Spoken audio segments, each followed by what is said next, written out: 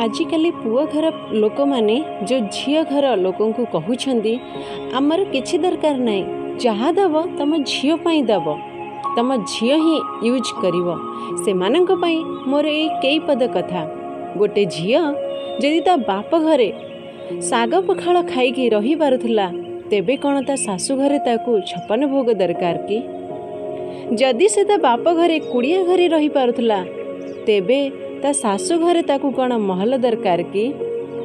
जदि से ता बाप घरे बिना टीवी रे रही पारुथला तेबे ताकू टीवी कौन दरकार कि?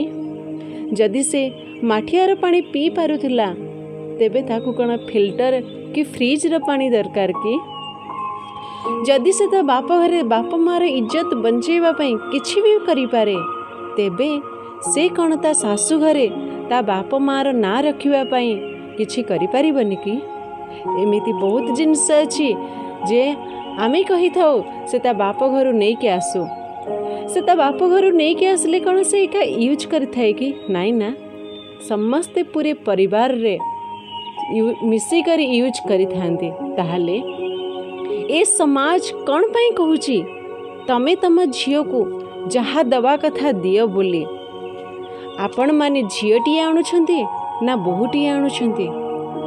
दुनिया आगो को गलानी, आपण आपणकर विचारधारा आउ चिंताधारा बदलांतु।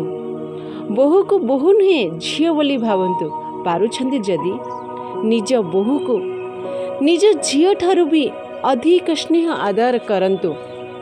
जेमिति निज झियो को निज गोड़े छिड़ा कराइबा पई किछि भी करि पारुछंती सेमिति निज बहु को भी निज गोड़े छिड़ा करांतु। से केबे भी निज आवश्यक पूरा करिबा पई कहा सामना रे हाथ न पतो। समस्तन को साहाय्य करो। धन कौन बाहब आज आमर अछि काली आउ कहार हब, किंतु बहुटी जदि आपणकर धन हैला ता ठारू बड़ धन आउ कौन बा दरकार? सेथि पई बहु को बहु बोली नुहे निज झियो बोली भावंतु। आ पारुछंती जदि निज झियो ठारू अधिक स्नेह आदर करंतु, सम्मान दियंतु।